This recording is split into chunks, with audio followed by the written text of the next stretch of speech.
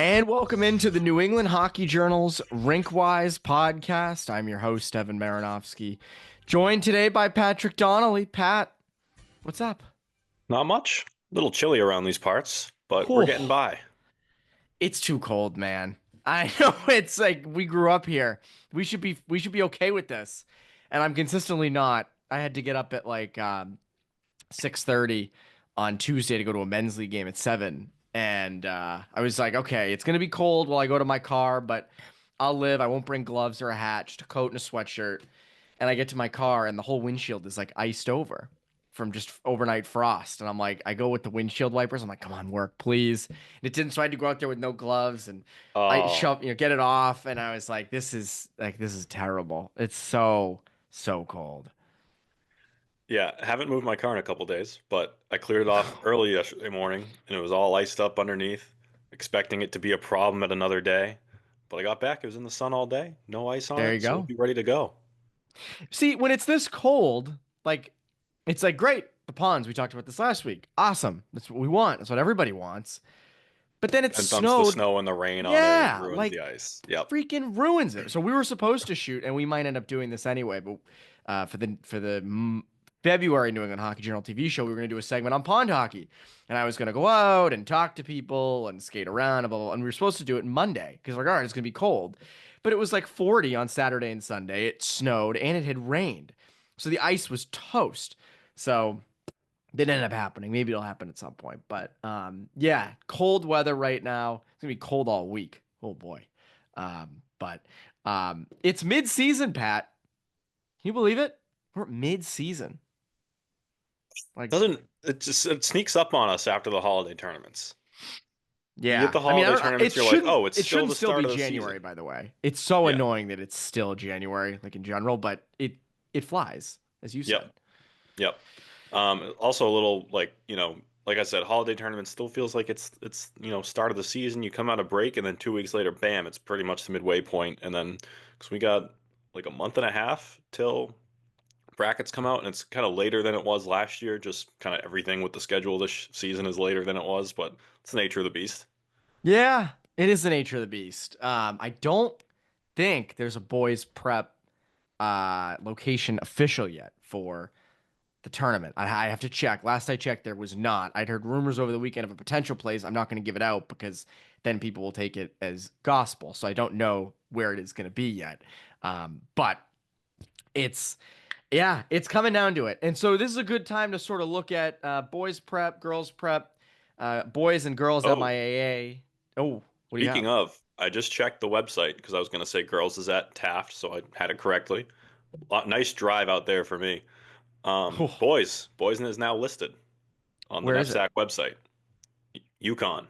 That's what I heard. I heard Okay. UConn. I like that. UConn's a Nice beautiful brand new facility. rink. Yeah, that's a perfect spot. Don't go too deep into Connecticut. Keep it, you could for from Boston, UConn's like an hour and 20 maybe, so not terrible. So we'll be able to handle that. But yeah, Taft, that's a hike. Sorry about Yep. that. That's a hike. Um, but at any rate, it's midseason for all four of those leagues, and we'll talk about each sort of what we've learned so far. We'll also have stories this week outlining for each midseason report. And I think we'll start with boys prep. And I think when I look at the boys prep rankings and the teams and the overarching sort of takeaways, I feel like there's a top four. I feel like we have a top four right now with Dexter, Avon, Kimball Union, and Brunswick. I feel like those four have done enough to at least warrant that so far. After that, it's very open. Like this week in the rankings, top four stayed the same. After that, it was 5 through 10 was, changing a lot. And I think there are teams right on the outside of the 10, like Deerfield, Thayer, who could jump right back in. And that's where I think it's going to be interesting is, it's no guarantee, by the way, that Brunswick, Dexter, Kimball Union, and Avon just cruise either. Like that could easily change. But I think it's going to be really interesting, Elite Eight wise. Who are the teams that are going to be looking to upset the higher seeds, and then who are going to be the higher seeds in the lower and or not lower, large and small school brackets. And I think that's where like can St. Mark's continue on this? And we'll get into them in a bit. But like St. Mark's at right now, according to USHR, 3 in the Elite Eight rankings, 3 for the Elite Eight tournament if it started today, which is crazy. So it's been an interesting season so far. So we'll get into that. Why don't we get into that? Yeah.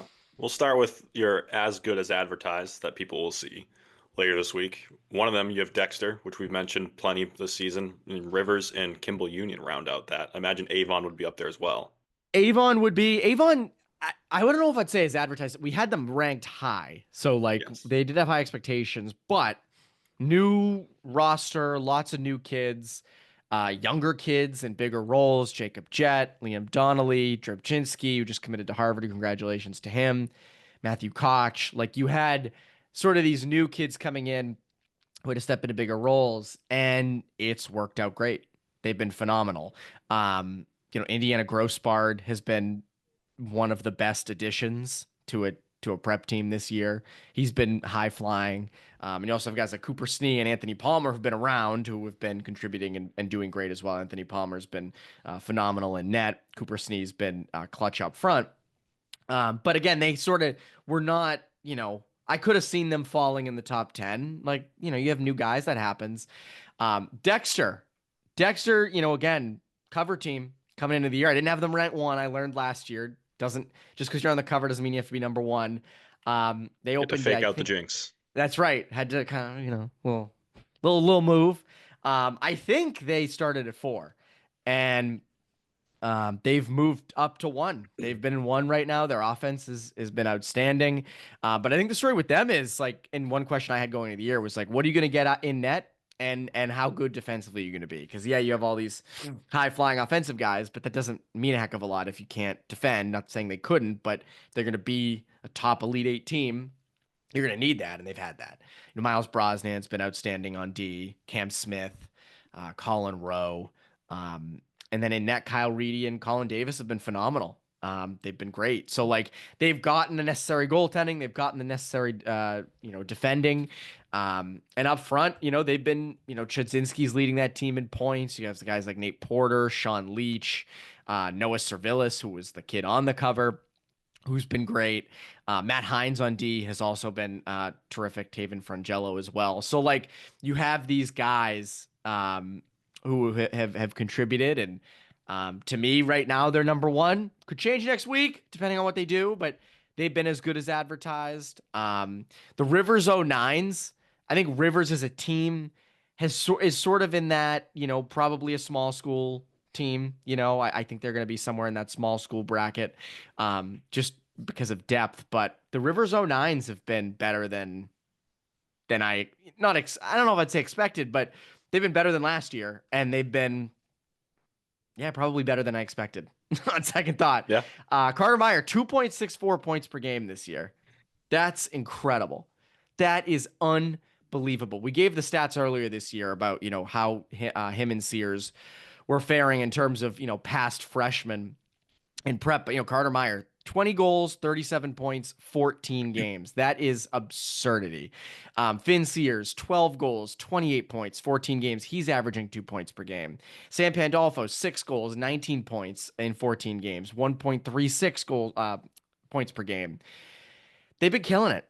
That line is a force. And I think one of the most impressive parts to me is other teams throw their best at them.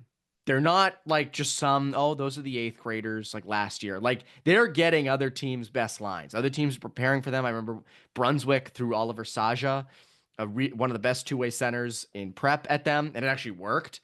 St. Mark's threw a certain group pretty much every time those 3 hit the ice the other night on Friday, and they still produce.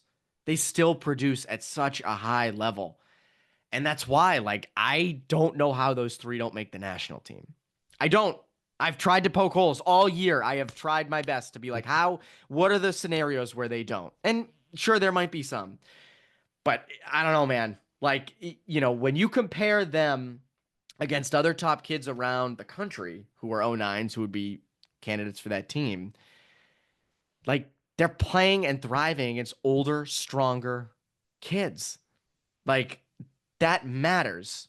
that should matter. And,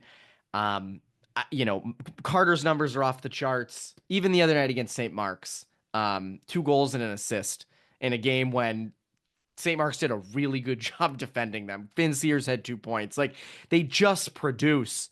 And again, they've been as good as advertised for sure. And then you have Kimball Union again. Like, they're kind of low in the Elite Eight, like projected Elite Eight according to USHR. I think they're a top 3 team. I think they've been phenomenal. They're deeper than they were last year. McMiniman's been great in net. Siomos on D leads the region in points. Up front, Watroba's been dominant of late. You have Simmers. You have so many guys.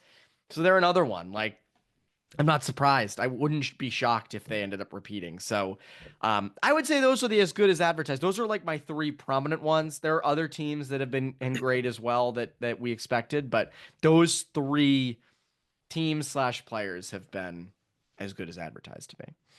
Yeah, and we've said this before about the Rivers 09s, but if you have a chance to go see them, do it because they'll be gone and playing in the U.S. program before we know it. That's the thing. Like, and that's the other thing of like, what if those kids didn't make the team? What would they end up doing? And I think that's a conversation we can have if that ever happened. But like, to me, like, I agree with you. Like, get out, see them. Because again, and the 09s, by the way, in New England, like Rocco Pelosi, Braden Scuderi, Brody Berard, the kids from that Mount St. Charles team, Christian Semitis, I think I completely butchered that last name, but like, he's been great. There's a lot of kids, Nate Chiswick and Nat, like, New England's going to be well represented with that, at least at evaluation camp. They should well represent the team as well. But again, we'll see what happens with that. But yeah, I mean, like, there is some high-end talent that I think you're going to see for many, many years with that 09 class here in New England. Certainly. 3 surprises. You have Brunswick, Thayer, who we talked about at length last week, and St. Mark's, who we've already touched on a little bit already. What stood out for you among this group? Yeah, Thayer we touched on a lot last week. I don't feel the need to dive back in. They actually had kind of a rough week. They fell out of the top 10, but they still are a really good team. The RinkWise Podcast jinx. That RinkWise Podcast jinx is killing them. They're still in it. Like, I'm not writing them off, obviously. St. Mark's I saw on Friday night for the first time. They're deep. And here's the other thing about St. Mark's, right? Like, this year obviously is this year. That's where the focus is. Both their goalies are seniors. So if they can find a goalie for next year, that team's going to be damn good. Like, that team could be top 5 next year. They've got some guys. I mean, they don't have a ton of seniors. Like, Drew Carr is a senior. Jack O'Connor's a senior. Those will be 2 tough losses, but you got a lot of guys. Evan Nee's a junior. Cam McPherson's a sophomore. Will Mancuso's a sophomore. Caden Pellegrino, a high-end 09. He's a sophomore. Musa Sadie and Jack Taylor, juniors. Blake Grizzlis, Finn Howard, sophomores. Like, they have a core. So we'll see what they do this year. Justin Brisebois has been phenomenal in net. That's been a real boost for them. And they look great the other night. They'll have a big test this week against Belmont Hill on Wednesday. But like, I'm more focused with them on next year, which is probably, I'll get a text from Carl being like, what are you talking about? You don't care about this year? I do. But I think they're going to be a high-end team next year. I think that's going to be a team we highlight a lot prior to next season. And then Brunswick. Surprise is tough because I knew they'd be good. They're always good, but I looked at them more as like a high seed in the large school tournament. And sort of a building block for next season. Solandra was coming in, Mason St. Louis was coming in, and obviously they're highly touted 08s, but it's also, hey, it's your first year in prep. Like, how do they acclimate to that? And they've acclimated by, both of them have led the region in scoring for quite a while. Solandra leads it right now. St. Louis was right there with them for quite a while. Dylan Lee Stack has been phenomenal in net. Cam Manella is another national development program potential evaluation camp kid. He was leading, up to this weekend, he was leading the region in scoring for defensemen. He's a freshman 09. He wasn't even supposed to, I think, play the full season. And because he's been so good, he has. So they've got, they have Oliver Saja, and they're a well-rounded team. And that's another team now that's in that Elite Eight mix I've mentioned earlier in the top 4. So I would say they surprised me, not because they're good. That's not a surprise. But what is a surprise is that they are in the mix for top seeds in the Elite Eight. I think that is, and they play. Credit to Mike Kennedy. I always mention this. They play a very hard schedule, and I think that helps develop them better. B, we know how good they are because they've been battle tested all year, and I think it helps them come the postseason. So, yeah, those are like my three surprises. We'll wrap it up with three questions for the stretch run. Can Salisbury get back on track? Right now, they're outside the Elite Eight looking in. Then you have Cushing. Can they get back into the Elite Eight? Currently number 2 in the small school. And who will end up being player of the year? Plenty of guys in the mix for that, as we've already talked about already. Yeah, Salisbury's interesting because I wrote this prior to this weekend. I updated. This will be up. This is going up on Tuesday. It's updated. So don't you guys worry. Salisbury's in my top 10 this week, and Salisbury got 2 huge wins, Cushing and Deerfield. Again, like they're starting to get that scoring. They've won 6 straight. This seems like a classic Andrew Will team where they struggle at the start and catch fire in the second half. And that's what they've done. I mean, Frederick Gunn, South Kent, Deerfield, Cushing, Stansted, and Choate over the last stretch. I don't know. Yeah, Deerfield was last week, but Cushing, Stansted, and Choate this week. Big wins. And, again, like they're starting to get scoring after Connor Davis and Ryan Headley. Those two are leading the charge, but you got senior Oliver Morris. You've got post-grad Jake Novak. On D, you have 2 juniors and Chris Bard Gajdos and Colin Feely, who's a Harvard commit. And then in net, Stephen Luciano, a senior who's been playing really well of late, and junior Jordan Rittenberg. They're both playing really well right now. So, like, to me, they're back in the mix. They're in my Elite Eight. If I was projecting my Elite Eight for the end of the year, like I'd have a tough time leaving them out because I think they are going to be in it come the end of the season because they always pretty much are. Cushing was trending up last week. This weekend, though, not so much. They had a tough weekend. They lost to Deerfield and Salisbury over the last week. But again, like to me, they strike me as a high seed in the small school tournament as of now. Young team. I think they've had some growing pains. I think they're going to be a tough out in the small school, but they could end up making the Elite Eight. And then player of the year. I think it's contested this year. Last year felt like Sadowski had it the whole way. So much more dominant than everybody else. This year it's open. I think there are a lot of guys. Joe Salandra from Brunswick, Carter Meyer from Rivers, some other guys, Max Deneen from Cushing, Liam Lefebvre, and Andrew Miglior from Trinity Pauling. Deerfield's Justin Tavares is another. Probably more that I could list as well. I think it probably comes down to Salandra versus Meyer. I think that's who it comes down to. And I'm not going to make a prediction on who ends up being it. I think they're both, I mentioned it earlier, I think they're 2 of the most dominant players in prep by far. I also think like a Ryan Chudzinski could be in there from Dexter. Could Everett Baldwin make his way in there from St. George's? I think it's open, but to me, it's probably going to end up coming down to Salandra and Meyer, given their importance on their teams, and both of them being sort of the number 1 guy for each of their squads. So that's boys prep. It's boys prep midseason report. Let's transition to girls. Let's go to the girls prep midseason report. And for things that, as good as advertised, Williston, you've got, and then run us through some of the other teams you have as well. Yeah, so we got Williston, currently top seed in the Elite Eight if it started today, 12-0-0. Talked about them quite a bit last week too. Just boat racing teams routinely, even against good teams. The top line or their top 2 centers, Violet Carroll, Nora Curtis, and then Mia Daly on the wing. Just getting it done every single day. And Brooke Schlutter, too, is having a great sophomore season. Scored 3 goals all of last season, now has 9 this season. Pretty good jump. Good increase. And then the other 2 teams we talked a lot about in the preseason, had Dexter at 6. We had Loomis at 4. Currently, Dexter is number 2 in my rankings, and Loomis is 3. If the Elite Eight started today, Dexter would be the 4th seed, Loomis would be the 5th seed. So highly ranked throughout the year so far, and getting it done. And credit to Dexter, we talked about last week, getting it done without even without, their top shutdown defender and Elena Dunn, their top center and Evelyn Doyle.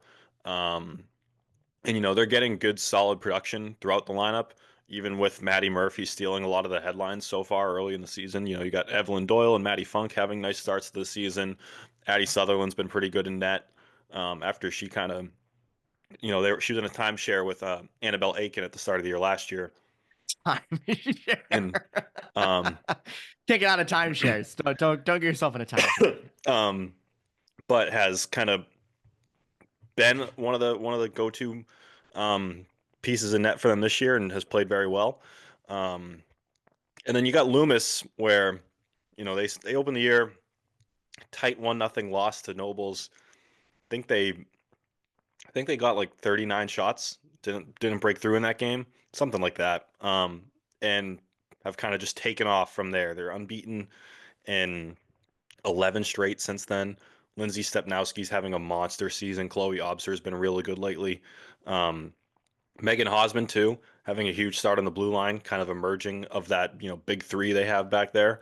And Adeline Roper, who wasn't necessarily guaranteed the starting job going into the year, um, but has played very well. And Emily Hosman's been good when called upon too.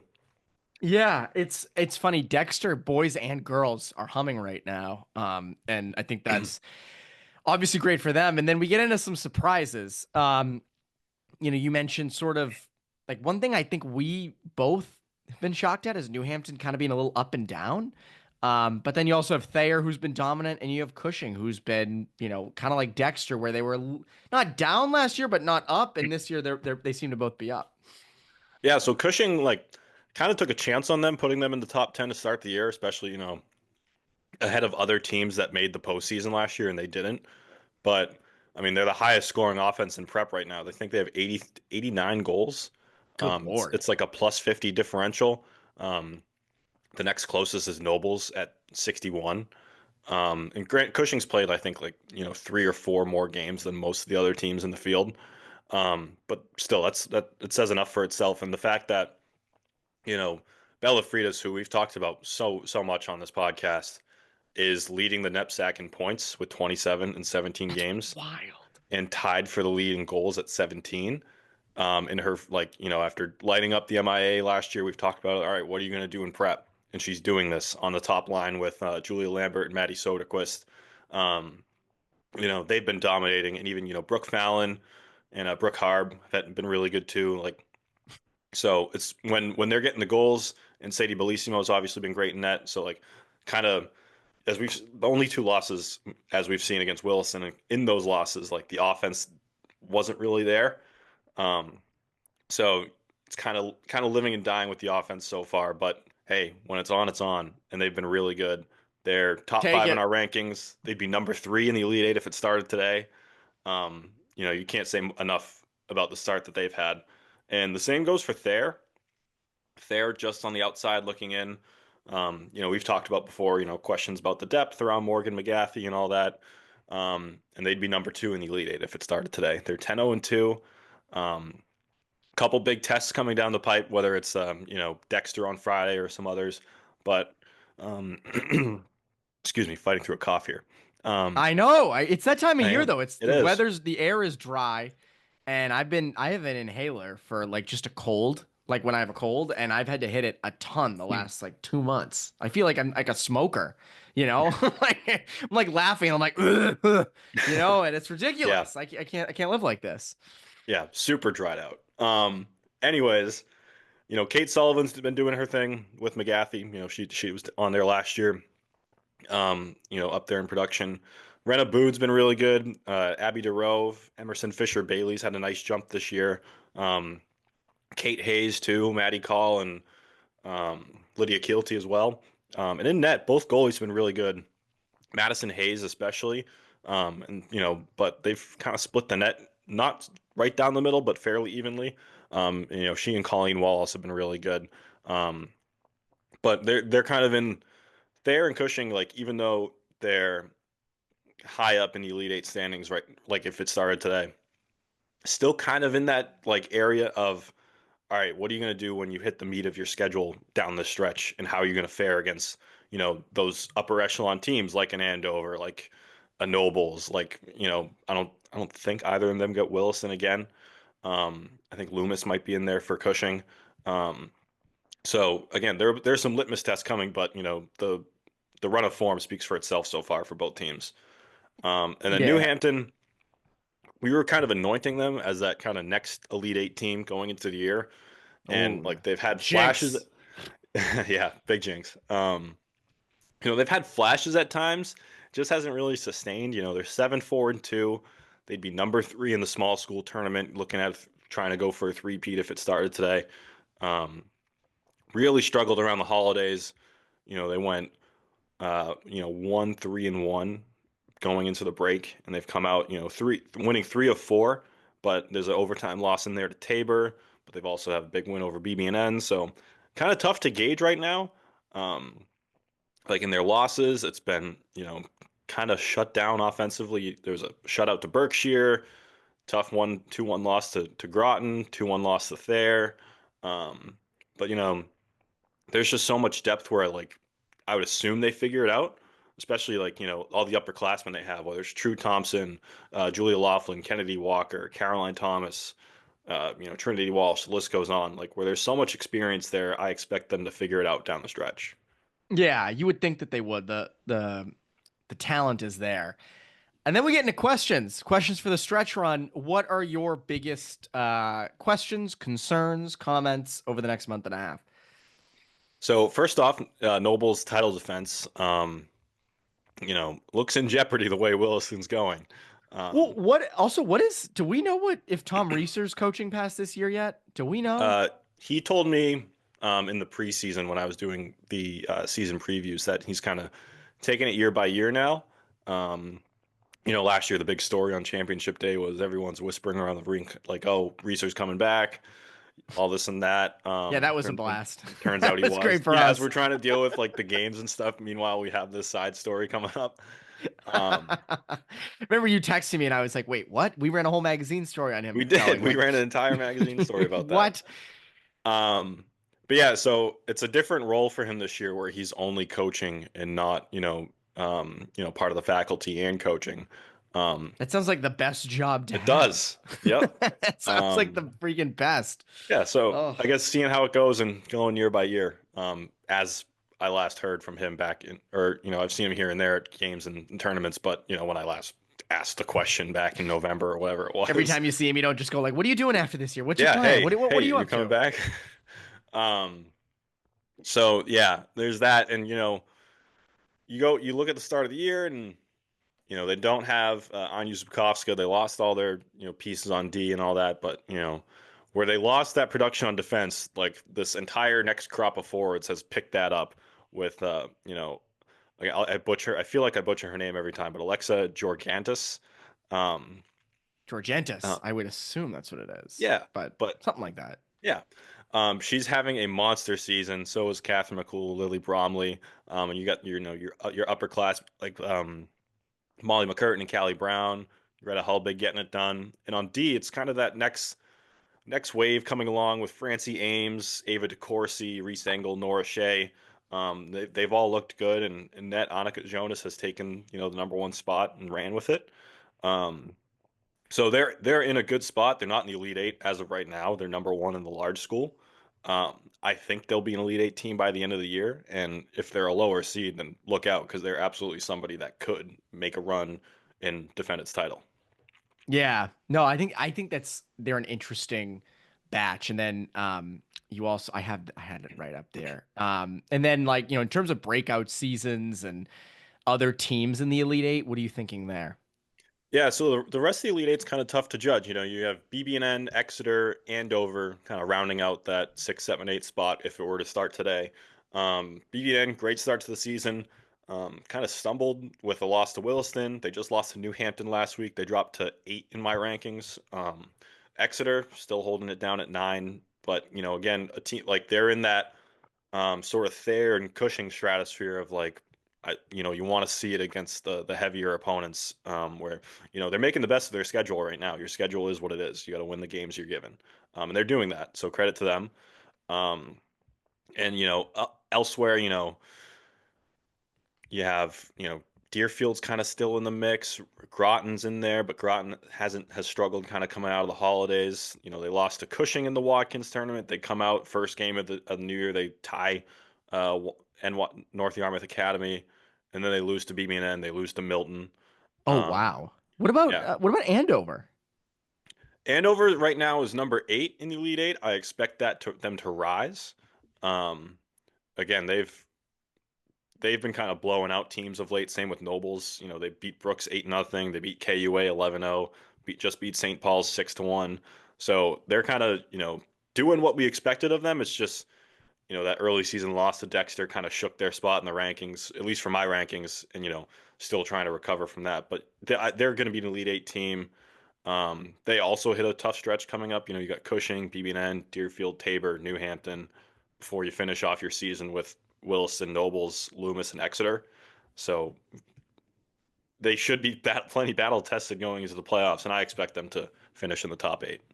Yeah, it'll be interesting for sure. And then we'll switch gears to MIA boys, and then we'll do girls right after. I think my big thought with the boys MIAA is, and I've mentioned this before, is the parity this year. I had a parent mention to me at the Catholic Conference Showcase on Sunday, and they were like, anybody in the top 10 can beat anybody, and I completely agree. Like Pope Francis lost to Braintree.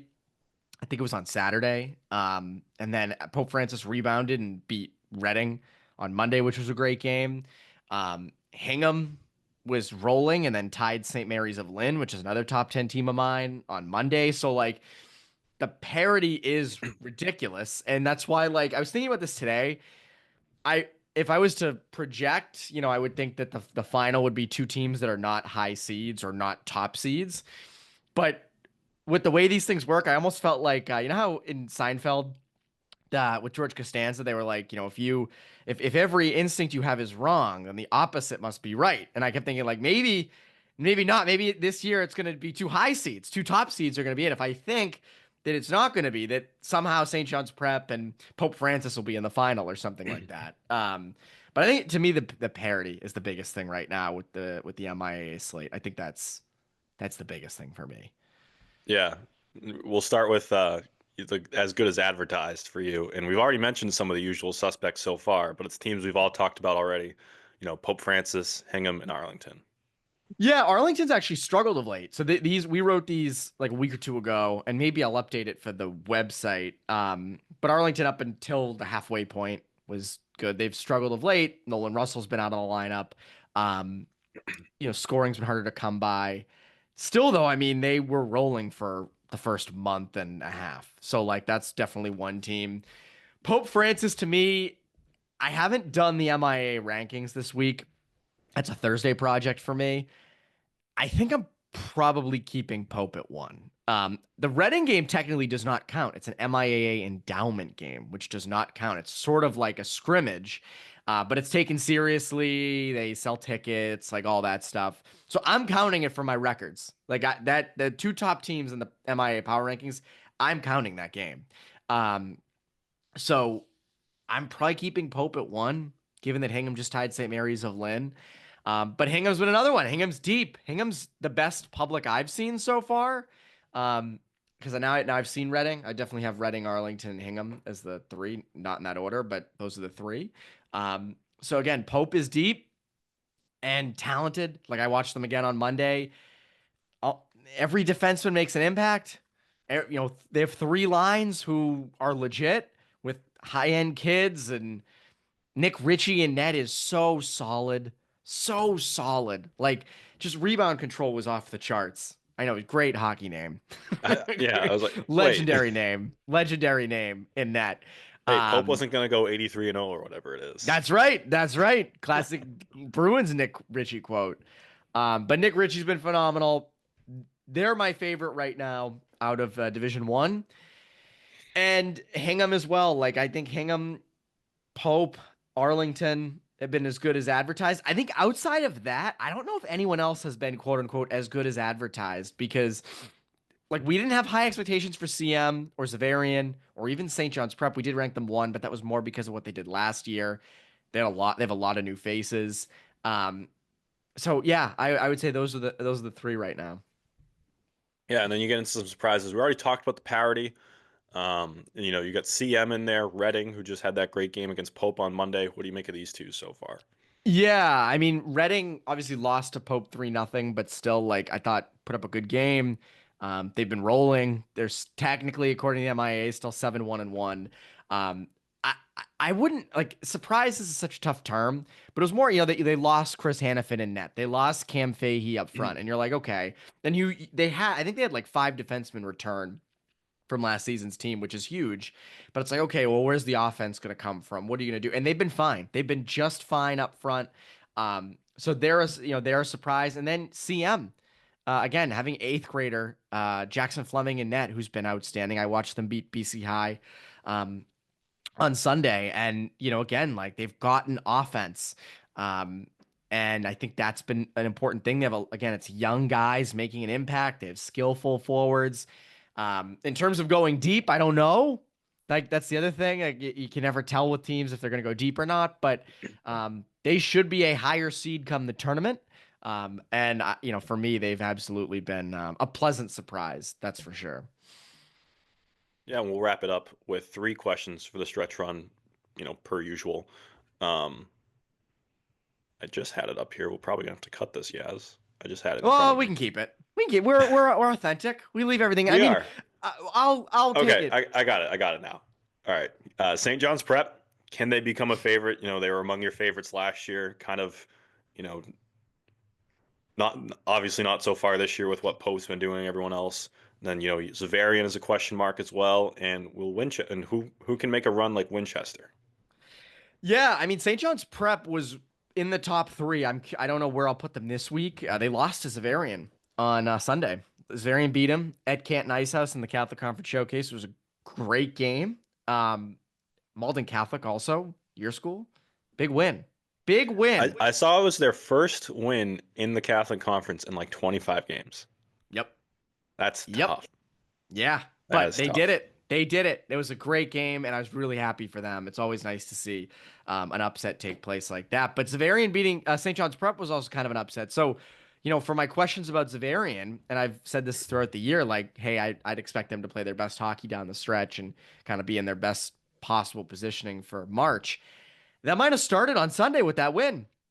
Like, we'll see how they respond. They're going to have a lot more Catholic Conference games coming up. They're going to have hard games, but like, I don't know, a win like that, 2-1, great game in net. Oh my God. I have to pull up I'm blanking on his name. I wrote that he was a standout on Sunday. He was phenomenal in net.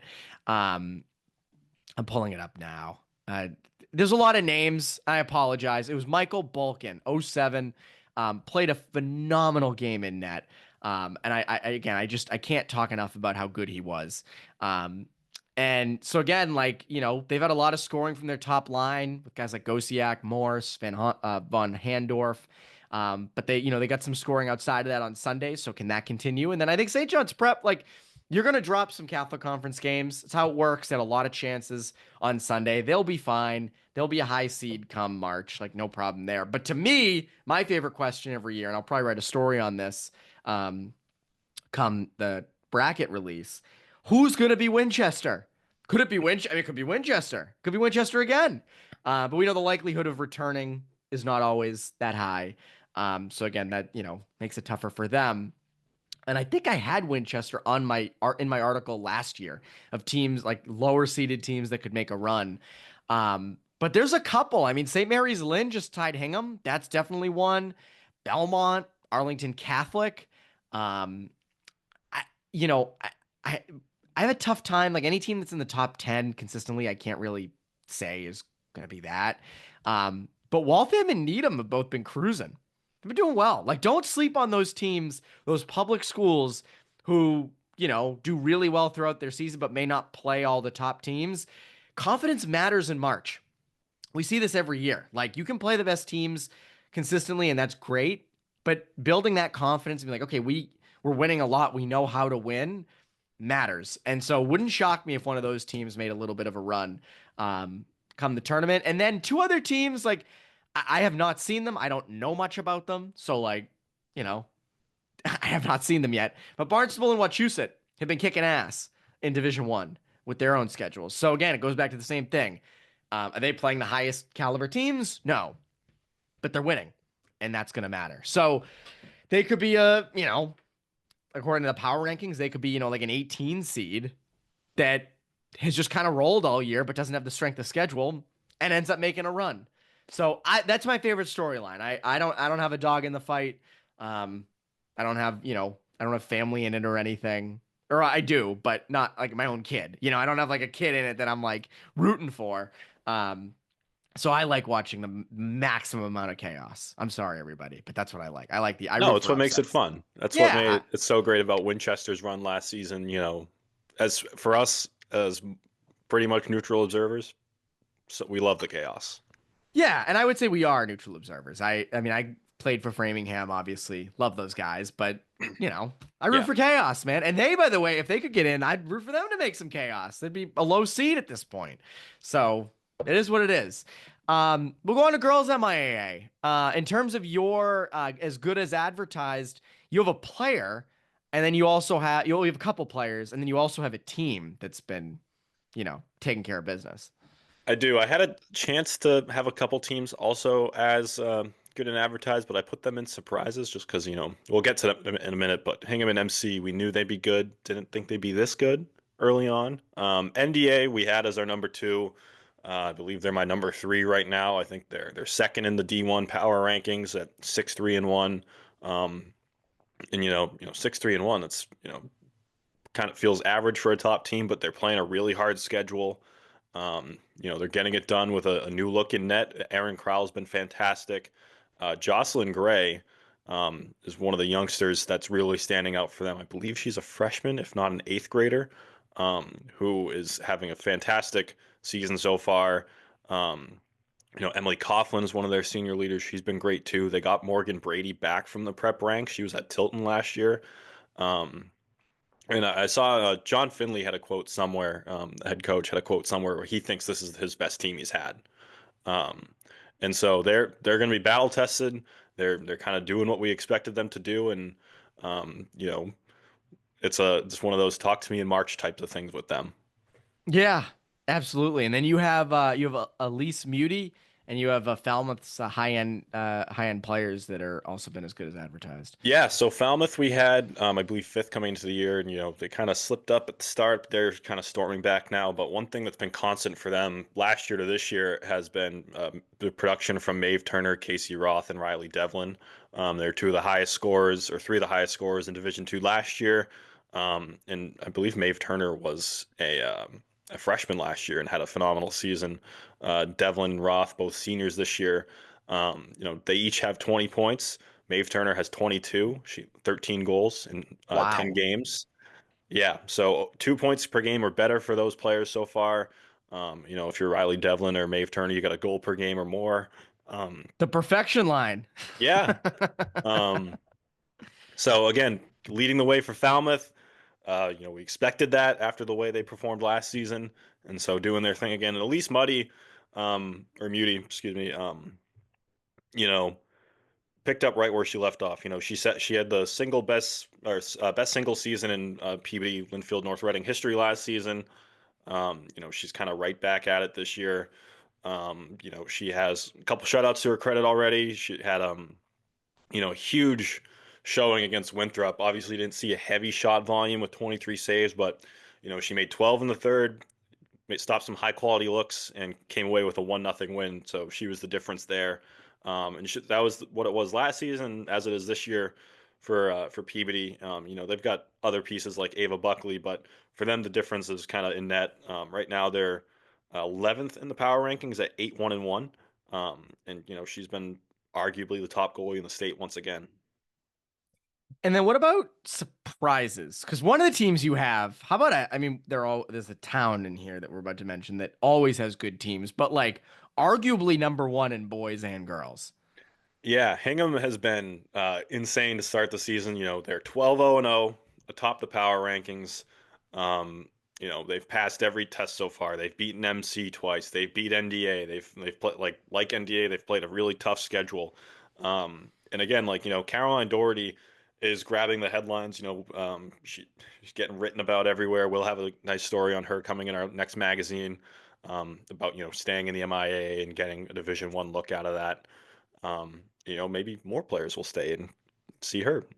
We can Um, discuss that on another episode for sure. I think you that's can't. a big can of Um, worms. it's for another day. But she recently passed 200 points, so congrats to her. And both goalies have been solid so far. And you look at kind of the youngsters coming behind her, whether it's Hannah Lash, Callie Crean, or Shay Richardson, where there's some high end talent that's coming once she graduates and is making an impact now in the present day and been a huge part of their success. And you also have Addie Garrity doing her thing. So they've been fantastic so far, and rightfully the number one seed in the power rankings. But again, it was one of those things. We had them sixth right now. They're the clear undisputed number one. So we knew they'd be good. Didn't know they'd be this good. Same kind of goes for MC. We had them seventh. Right now, I believe they're my number two team in D1. They're number three in the power rankings at 7-2-1. Um, Especially they lost some key forwards last year, but hasn't really mattered. You got Alyssa Jankowski kind of doing her thing up front, Abby Poole, Nevin Mustone, and then Ava Baker. We've talked about her a good amount on this podcast, but just the total package on the blue line for MC. She comes up in big spots, gets it done in all three zones, and Meg Malarkey's been good in net too. So yeah, same boat as Hingham. Knew they'd be good. Didn't think they'd be this good. Um, and again, maybe that was just overlooking them a little bit going into the season, but they've been well deserved a top three spot in the power rankings right now. Rounding out the surprises, kind of some ups and downs. You got Archie's and St. Mary's. St. Mary's was, I believe, in the top five coming into the season. Defending D1 champs, um, and hasn't really happened for them so far. They're 4-6-1. I think they're 18th in the power rankings.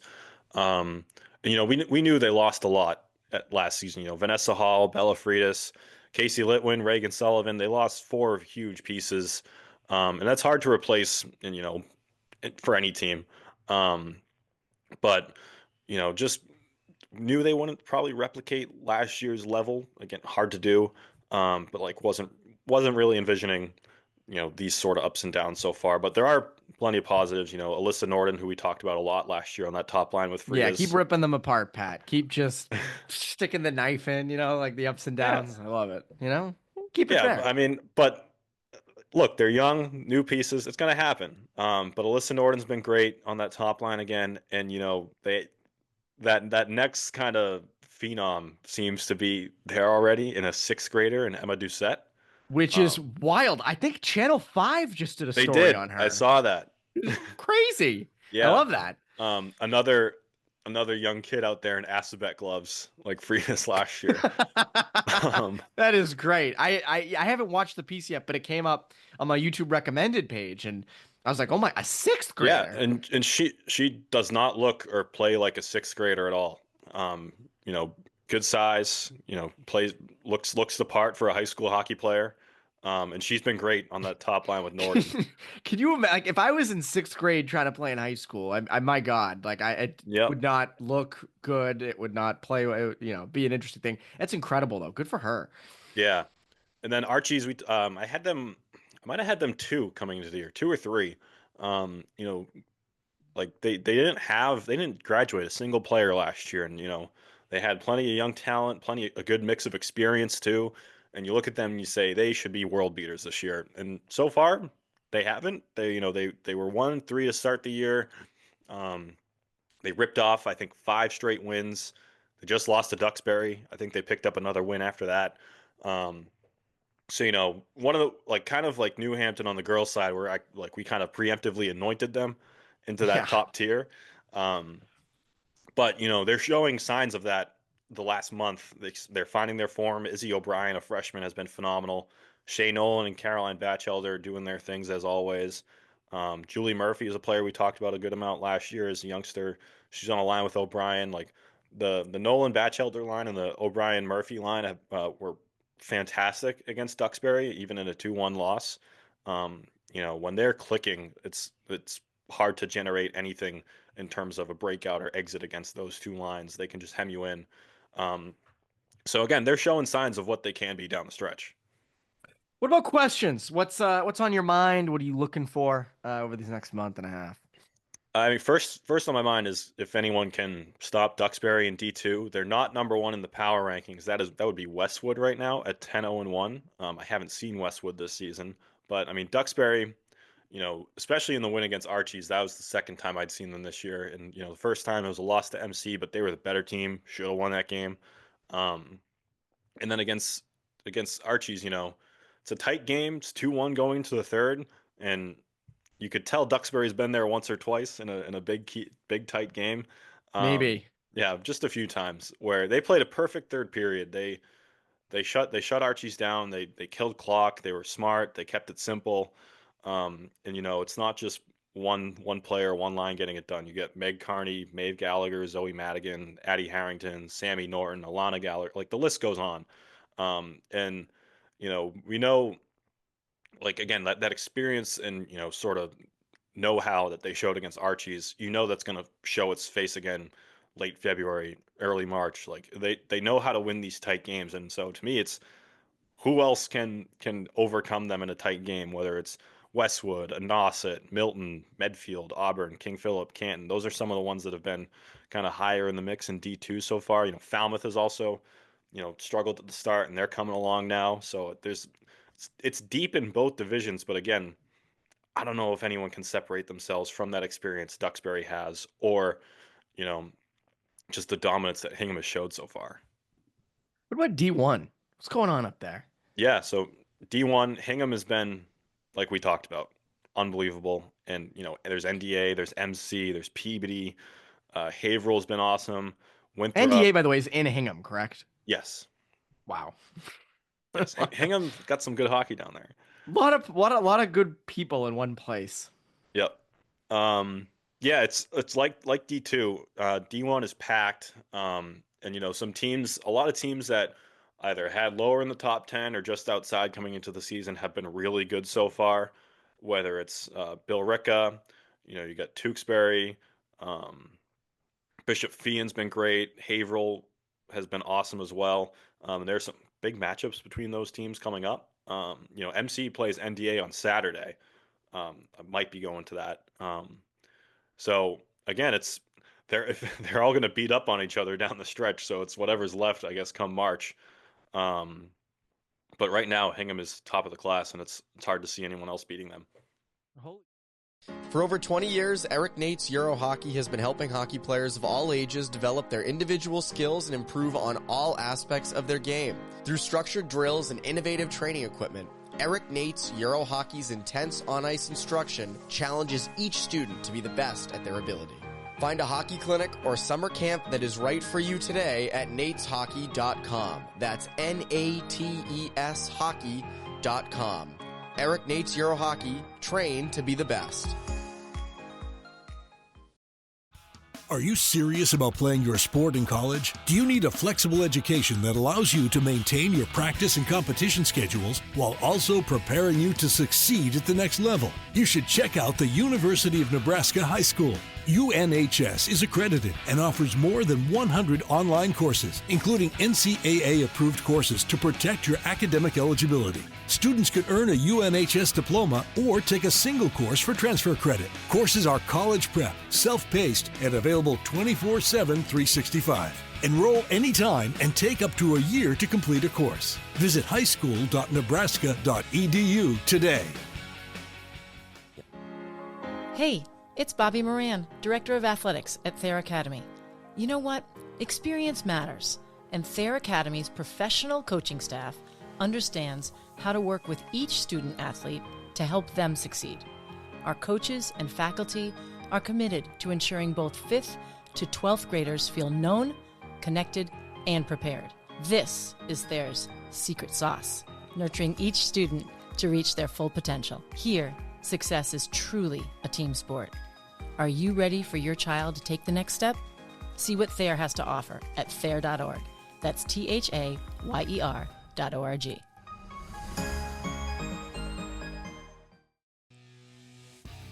I was at the Absolute Filth Hockey Wax website the other day, and I was wondering to myself what Absolute Filth's Dragon's Blood smells like. Is it fiery, or maybe it's sweet like the scent of victory after a triple overtime game? Probably a mystical aroma that'll magically make you dominate the ice. Knowing the folks at Absolute Filth, I bet it's part fierce dragon, part subtle smokiness, with a dash of awesomeness jammed into that giant puck of wax. Whatever it is, I'm definitely grabbing some Dragon's Blood for my next game. Gonna slap that wax on my stick and play with fire.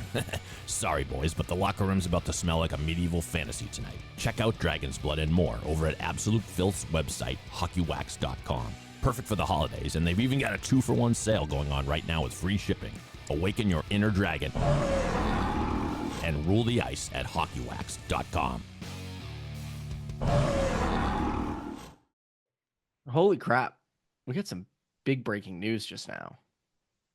Wow. It's actually, you know what the breaking news is? It's time for overtime. That's the breaking news. It's time for overtime. I had you. You were going right to your phone. You did have me. I didn't get a Bruins tweet on my phone. They just traded everybody. It's time for overtime with our great producer, David Yaz. Overtime. Very special edition of Overtime here. Usually I just throw 3 questions at each of our panelists here, but we've got something very cool. I'm going to ask 5 questions of each of you. Newlywed game style. And then each one of you will have to try to guess what the other one said. 5 quick questions about hockey.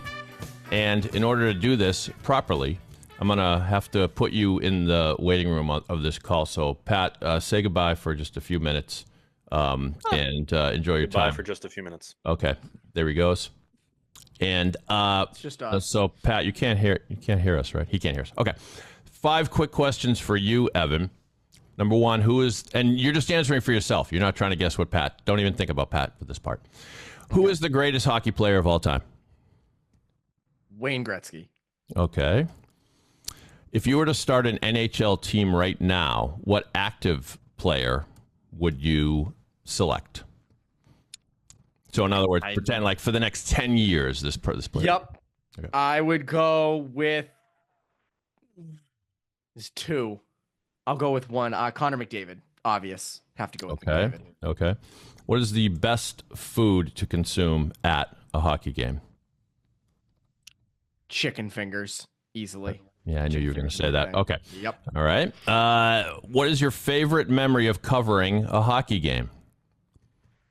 Ooh, I will go with it was the okay, I have a better one. I was going to say the 2019 Cup final, but 2021 Bruins Islanders game 1, first game that all the fans were there because it was after COVID. Post-COVID. It had been like 25%, and that place was nuts. Pastrnak had a hat trick. That was the loudest I've ever heard that place. It was awesome. So that one. All right. Good one. Finally, who is the greatest Boston Bruin of your lifetime? Patrice Bergeron.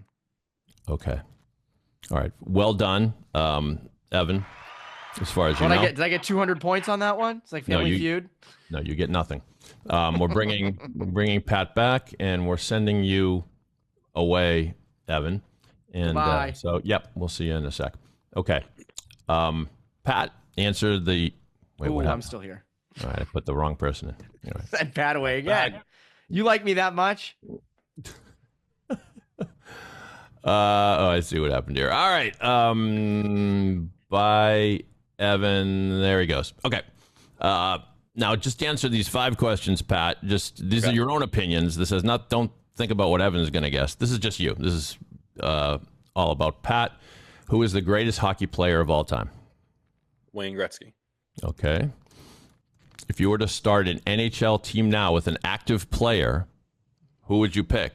In other words, you want to be great like for the next 10 years. What active player would you pick? Oh, boy. I'm going to be boring and say Connor McDavid. Okay. What is the best food you enjoy eating at a hockey game? Ooh. I am a sucker for the giant slice of Sal's Pizza at the Garden. Okay. Good one. I'm hungry now. I haven't eaten lunch. What is your favorite memory of covering a hockey game? Probably BU winning the Bean Pot my senior year. I was doing photos for that game. It was awesome. Very good. What year was that? What year did you graduate? That was 2022. Okay. And finally, who is the greatest Boston Bruin of your lifetime? Of my lifetime, Patrice Bergeron. Okay. All right. We are bringing Evan back in now. Now is where the fun starts. All right. We'll start with you, Pat. When Evan was asked who is the greatest hockey player of all time, what did he say? I'm going to say Wayne Gretzky, even though I think Evan's one of those guys that'll say Bobby Orr. Well, then you got, which? Wayne Gretzky. Wayne Gretzky is correct. That's very, very good. 1 point for Pat. Evan, what did Pat say to the same question? Wayne Gretzky. He just gave it away. No. Oh, well, I guess you did he give it away? All right. No, I said not really. I'm going to guess Wayne Gretzky for Evan, even though he might be one of those weirdos that play defense in mass that thinks Bobby Orr. Yeah. Okay. I could see myself being that, but I'm not. I love Bobby Orr, but not. Yeah. All right. Evan, when Pat was asked if you were to start an NHL team, who would you pick, an active player? What did he say? I'm going to say he went with Nathan McKinnon. That's incorrect. He, you know what? I'm not going to tell you who. Pat, what did Evan say? I bet he said Connor McDavid. That's correct. And I bet Pat said the exact same thing. He did. So yeah, I didn't want to give my answer away. Almost said McKinnon. All right. Pat, when Evan was asked what the best food is to eat at a hockey game, what did he say? Chicken tenders. That's absolutely correct. Let's go. Nicely done. And Evan, what did Pat say to the same question? He said a hot dog. Oh, Pat, Jesus. you're just Hot dogs destroying. stink. Sal's Pizza. We were looking for Sal's Good for you. Pizza. I don't like hot dogs either. I thought you did. Evan, when Pat was asked what his favorite memory is of covering a hockey game, what did he say?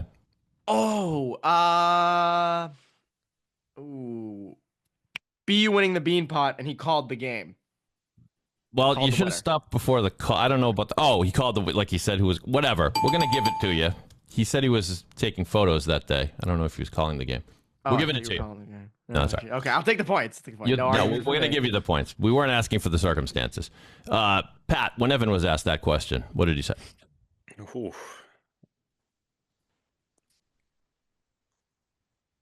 Man, there's so many to choose from because he has way more Bruins playoff games than I do. Mm-hmm. I'm going to say Bruins Leafs Game 7 this past year. Good guess, but not It's not a bad one. I didn't even think of that. He said the first post-COVID game featuring Bruins and Islanders in 2021. All right. I don't think no UMass national championship because that was all TV. It was remote, so that sucked. It's going to come down to this question. I'm not going to tell you what the score is, although you might have been keeping track. But who is the greatest Boston Bruin of your lifetime was the question. Pat, what did Evan say when posed that question? Patrice Bergeron. That's correct. And Evan, what did Pat say?